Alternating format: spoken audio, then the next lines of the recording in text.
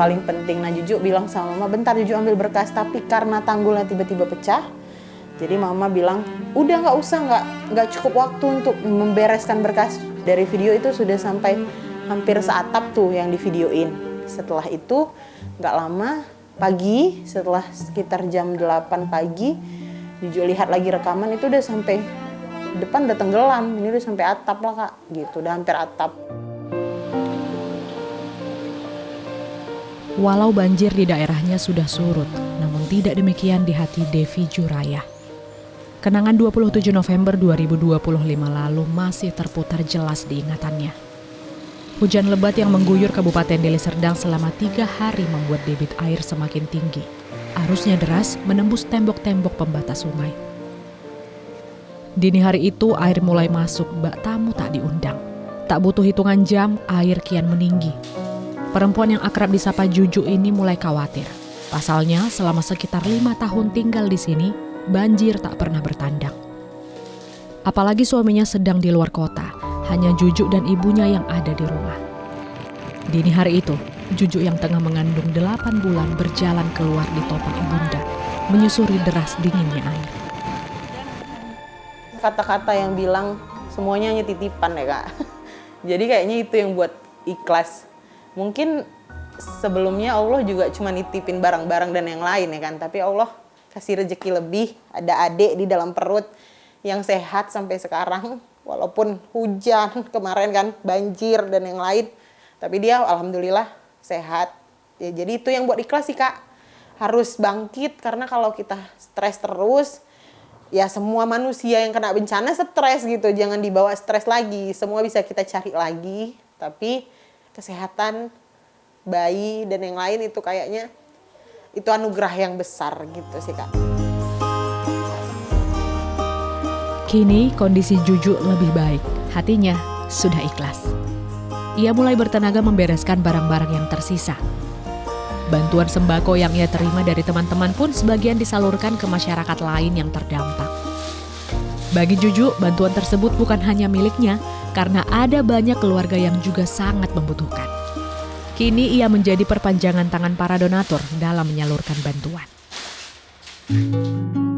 Ketangguhan perempuan dalam menghadapi bencana tak luput dari pandangan Dina Lumban Tobing, aktivis perempuan di Permampu atau Perempuan Sumatera Mampu. Perempuan merupakan salah satu kelompok rentan selain anak-anak, lansia, penyandang disabilitas, dan pasien kronis. Perempuan juga kondisinya heterogen. Ada yang sedang hamil, pasca melahirkan, masa laktasi, dan lain sebagainya. Dina menyayangkan data masyarakat terdampak bencana hidrometeorologi yang diterbitkan pemerintah melalui BNPB masih belum terpilah berdasarkan usia, jenis kelamin, dan kelompok rentan. Padahal jika data sudah terpilah, penentuan jenis pasokan bantuan ke lokasi terdampak akan lebih mudah. Hal ini dilihat belum sejalan dengan Undang-Undang Nomor 24 Tahun 2007 tentang penanggulangan bencana. Perempuan itu pada dasarnya kuat, tetapi sistem berpikir kita melemahkan dia. Tadi udah saya kasih contoh. Oleh karena itu dalam bencana seperti ini, percayalah perempuan bisa mengelola pasca bencana. Jadi pesan saya kepada pemerintah, ingatlah mandat rakyat kepada pemerintah adalah mengurus rakyat. Jangan lihat mereka sebagai barang seonggok tanpa data terpilah. Lihat betul dan siapa mereka ini, di mana gitu. Datangi gitu. Dia berempati kepada penderitaan. Jangan dia dulu yang menderita baru dia mengerti. Tidak gitu. Apalagi kalau seperti ini, rakyat yang memberi mandat, rakyat yang mempunyai uang, uruslah rakyat dengan baik. Dan dalam rakyat itu ada kelompok yang lebih rentan. Salah satunya perempuan. Yang memang dari sisi data sendiri memang belum terbelah antara berapa jumlah yang perempuan dan laki-laki. Tetapi saya percaya setengah darinya itu adalah kelompok perempuan.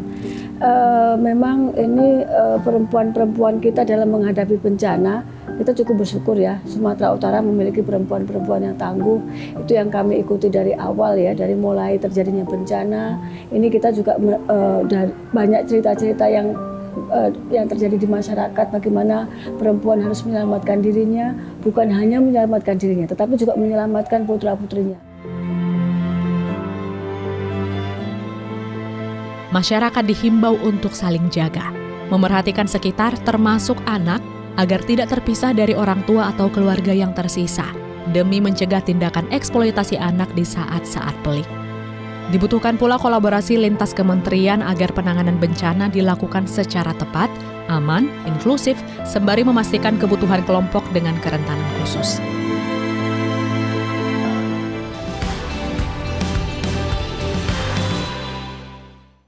Sekian program Bingkai Sumatera. Saat ini Anda juga bisa menyaksikan program unggulan Dai TV di platform Dai Plus yang bisa diunduh secara gratis. Dan saksikan konten inspiratif serta menenangkan hati dimanapun dan kapanpun. Tetap semangat menyebarkan kebaikan. Saya Windy Nenggolan pamit. Sampai jumpa.